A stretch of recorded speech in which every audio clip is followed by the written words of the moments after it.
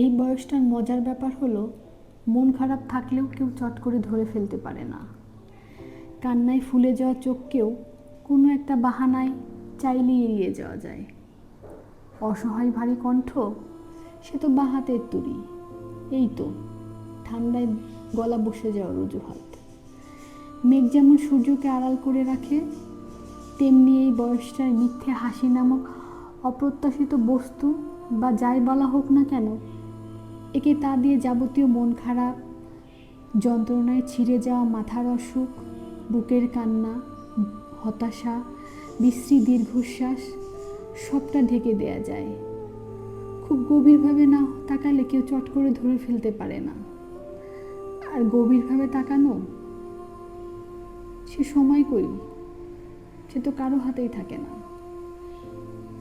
তাই কেউ ধরে ফেলতেও পারে না। আমরাও বেঁচে যাই হাজারখানেক ছুঁড়ে দেয়া প্রশ্নের তীর থেকে। কারণ এই বয়সটা যে কান্না করা ভীষণ বারণ, তাও অন্য কারোর সামনে।